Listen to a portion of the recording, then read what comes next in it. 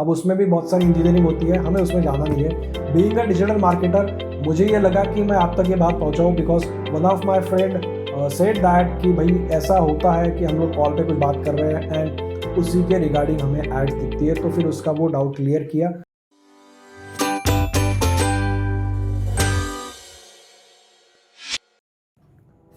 Hi everyone, my name is Piyush and welcome to the 40 studios.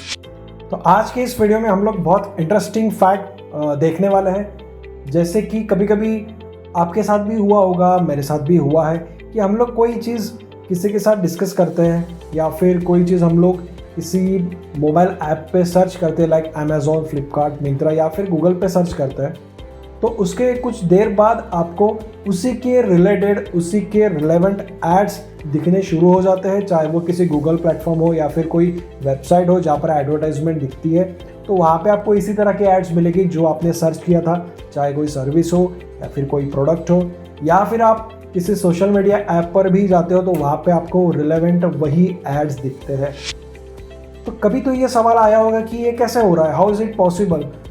तो सबसे पहले ये समझते हैं कि अगर आपको कॉल आती है और आप कॉल पर किसी से कोई बात करते हो, तो क्या आपकी कॉल सुनी जाती है या फिर वो कॉल रिकॉर्ड के ज़रिए आपको एड्स टारगेट किया जाता है, या फिर आप किसी से बात करते हो तो मोबाइल आपके पास में होता है, तो क्या आपके मोबाइल आपकी बातें सुन रहा होता है? तो इट इज़ टोटली रॉन्ग, ऐसा नहीं होता है। इसके पीछे 2-3 वजह है। तो सबसे पहले वजह तो यही है कि लॉ ऐसा कंपनीज़ को अलाउ ही नहीं करेगा आपकी डेटा सिक्योरिटी के चलते, प्राइवेसी के चलते, आपके मोबाइल से जो भी आपके माइक्रोफोन की एक्सेस भले ही किसी आपके पास में हो, बट वो इसके लिए यूज़ नहीं होता है। कोई भी आपकी कॉल सुनकर आपको एड्स को टारगेट नहीं करता है। दूसरा क्या है कि अगर आप कुछ बातें भी करते हो, किसी के साथ वर्बली आप बात कर रहे हो, मोबाइल पे हो, मतलब कॉल पे हो या फिर किसी से फेस टू फेस ही क्यों ना बात कर रहे हो, बट आपकी बातों से कोई टारगेट वहाँ पर कोई सेट नहीं हो पाएगा, कोई डेटा मिल नहीं पाएगा कि आपको रेलेवेंट ऐड शो किया जा सके या फिर आपको as a target audience consider किया जा सके पर्टिकुलर उस प्रोडक्ट के लिए।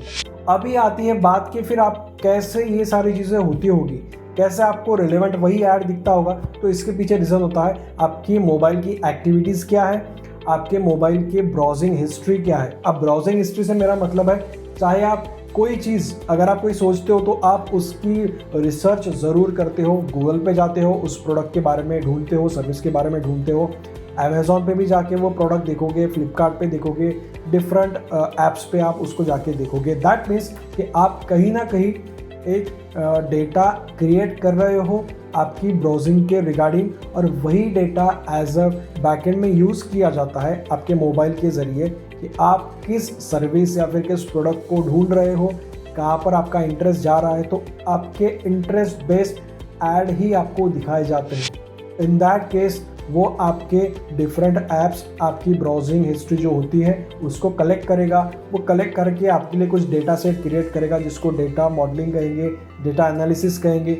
वो सारी टेक्निकल फैक्ट्स होती है, उसके बेसिस पे कुछ इंटरेस्ट जनरेट होगा आपका उस कैटेगरी को लेकर, और तब जाके आपको रिलेवेंट ऐड ही दिखाए जाते हैं।